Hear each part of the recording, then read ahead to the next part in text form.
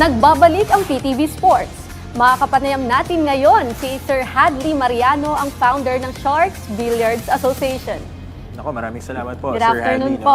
Uy, salamat ka kagad. Ay, maraming salamat po sa pagpunta. Maraming salamat Oo, sa pagpunta. Oo.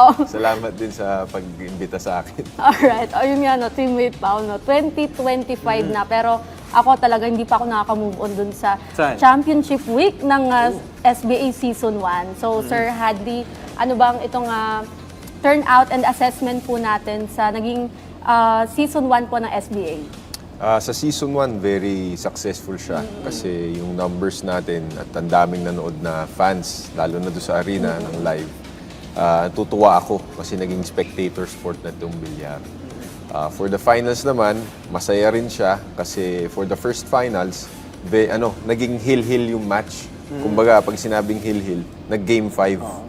So, umabot ng game 5 yung laban. Di kita siya. Naku, teammate Pao, nandun ako nung yung Hilil match nga na yan, no? Kasi napanood ko yung 3-9 combo ng Taguig Stallion, kaya umangat sila at naging Sumablay. tuto yung... Tapos sa kabilang butas na shoot. Grabe yung Grabe. sigawan, yung energy, no, ng dito sa Sharks Billiards Association. Pero sir, paano ba yung pwede mo ba ibahagi sa amin yung naging success nitong inaugural season ng SBA, no? With Taguig Stallions winning the tournament? Siguro naging susi dun sa talagang season natin is yung fan engagement. So papasalamat ako dun sa fans ng Sharks, sa mga sumusubaybay sa atin sa TV, tsaka sa social media.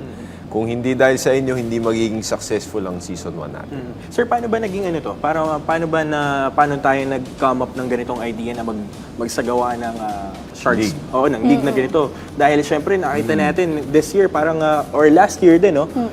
Nagsimula yung parang biglang umusbong yung bilyar dito sa Pilipinas. Oo, sumikat ulit yung bilyar kasi nakakapagpadala ulit tayo ng players abroad.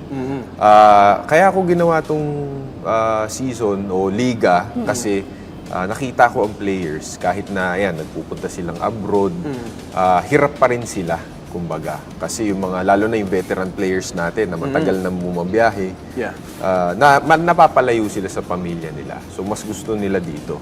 At the same time, sa dami ng magaling na bilyarista, sa dami ng athlete, hindi naman lahat yan nabibigyan ng pagkakataon makalabas.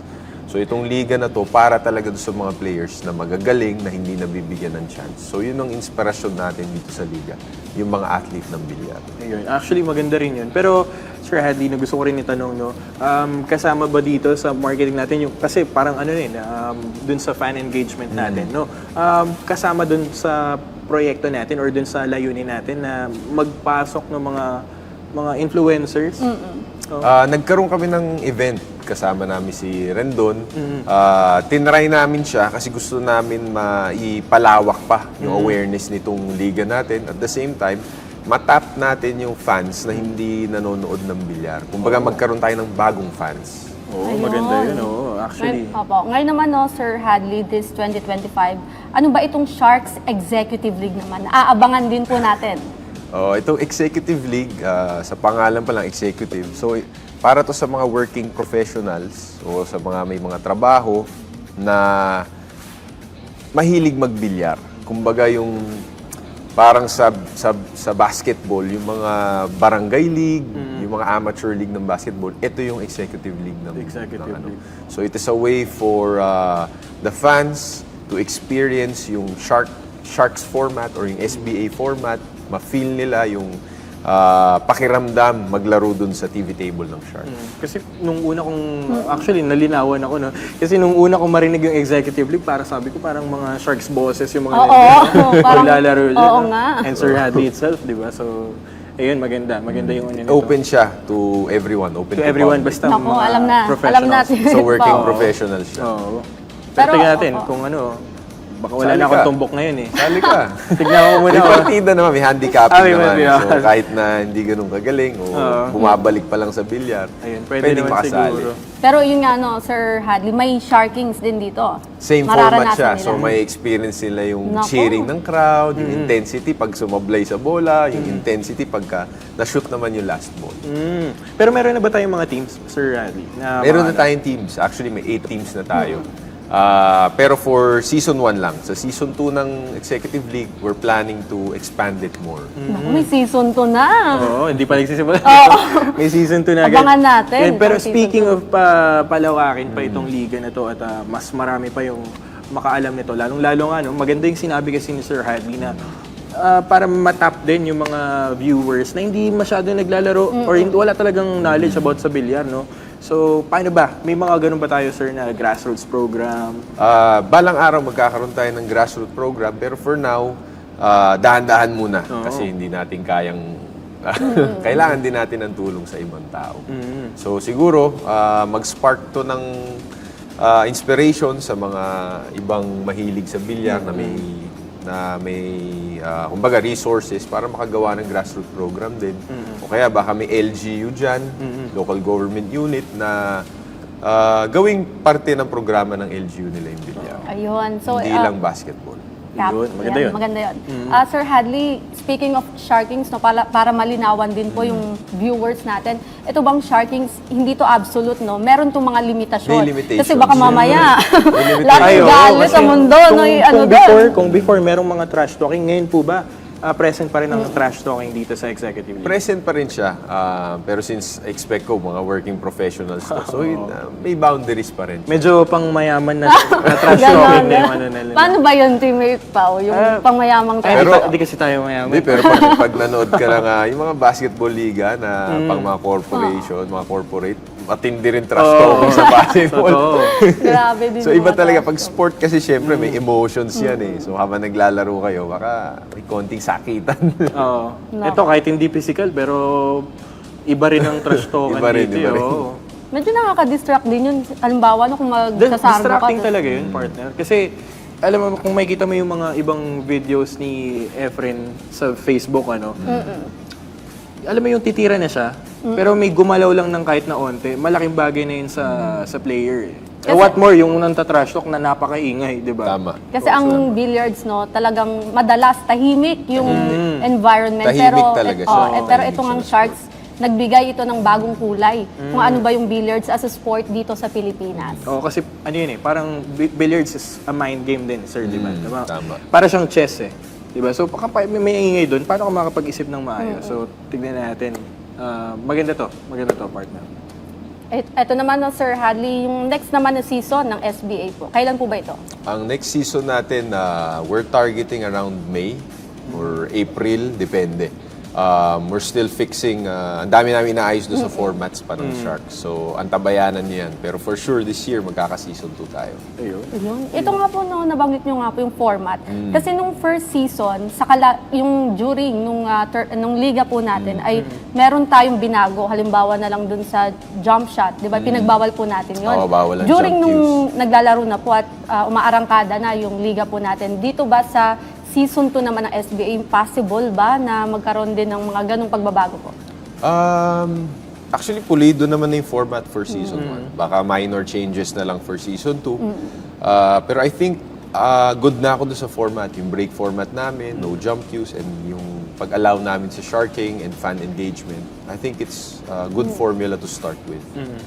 Yung mga kupunan po ba natin, same po ba? Or may aabangan tayo na dadagdag po na team? Definitely may madadagdag na team.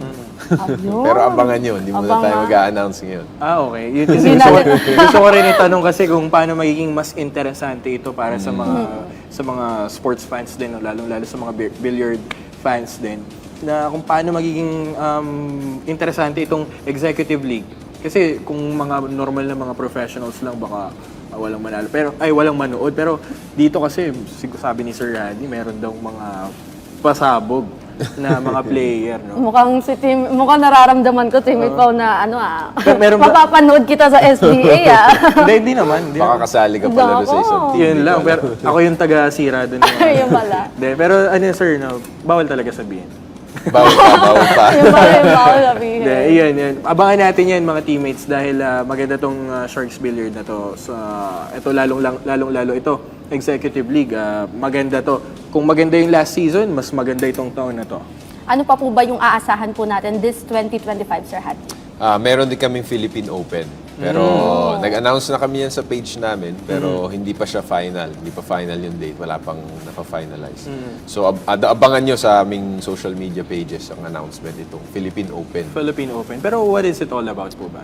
Itong Philippine Open natin, it is a way for, kunyari, yung mga players, mga athletes na gusto makasali o mapansin ng mga team owners ng SBA.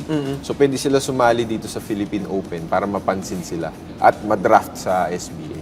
Okay. So, magkakaroon open to po ng for draft? all. Magkakaroon ulit ng draft. Okay. Maganda siya, maganda siya. Open siya for all. Open sa lahat for all. ng- Open, So, parang kaya siya Philippine Open talagang sky's Regional the limit. talaga. Kahit sino pwede sumali. Maganda to. So, nabanggit nyo po, no, open siya sa lahat. Possible ba na may bilyarista din po, female po na billiard na makasali po? Possible. Pwede naman. Bukas ang SBA sa mga Sa lahat. female at billiards player po natin. Speaking of that, no, sir, anong masasabi niyo, sir, sa mga ano? Kasi itong billiard na to, parang male-dominated sport siya. So, ano po masasabi niyo about dito sa mga female billiard artists na naglalaro? Actually, marami rin magagaling na female artists, Q artists. Pero syempre, mas maraming lalaki na naglalaro ng sport. Kaya mas maraming napoproduce na lalaki. Pero siguro kung kasing dami rin ng babae, kasing dami ng lalaki yung babae na naglalaro, may makukuha rin tayo. sure. Kasi hindi naman siya katulad ng basketball na physical na may contact. So katulad doon sinabi mo kanina, mind game siya. At the same time, may konting physical kasi gumagalaw ka eh. Pero I think may mga babae na kaya rin mag-compete sa mga lalaki. Ayun. Ayun. Magandang insights ni Sir Hadi dahil syempre alam mo naman natin mga babae lumalaban din talaga yan Nako. kahit sa Saan ba sport yan. lumalaban, teammate? Kahit sa sport. Ayun. Pero dahil dyan, Sir Hadi, no, bago pa tayo mapunta sa ibang usapan, may mga gusto po ba kayong invite, mga fans? Mga At paano sumali dito paano sa sumali dito sa Sharks? susunod na paparating natin na liga? Siguro para sa mga professional players natin dyan na nanonood, sumali kayo dito sa Philippine Open para mapansin kayo ng team owners natin. Para naman sa mga amateur players na gustong, kumbaga for fun, makalaro lang, makatry nitong format ng Sharks, pwede naman kayo sumali sa aming Sharks Executive League na magkakaroon ng Season 2 probably around next month. So abangan nyo announcements namin. Pero for now, panoorin nyo muna itong Sharks Executive League namin tomorrow. Magsa-start kami 11 a.m. tomorrow. Ayan, Saan maganda. po mapapanood, sir? Mapapanood kami sa social media pages namin. Hopefully sa PTV. Makapag-live kami. Yun. Oo, siyempre naman. Alam natin yan, pwede yan. Pwede natin itap yan. So, Alright. Facebook tsaka YouTube channel namin. YouTube channel. Makakapanood sila. Ayun, maraming Maraming salamat po, Sir salamat po, Hadi. Sir Salamat Hadi. din. Sa mga insights at mga tips. No, tips. Oo. Nako, may balak talaga to si teammate Pao.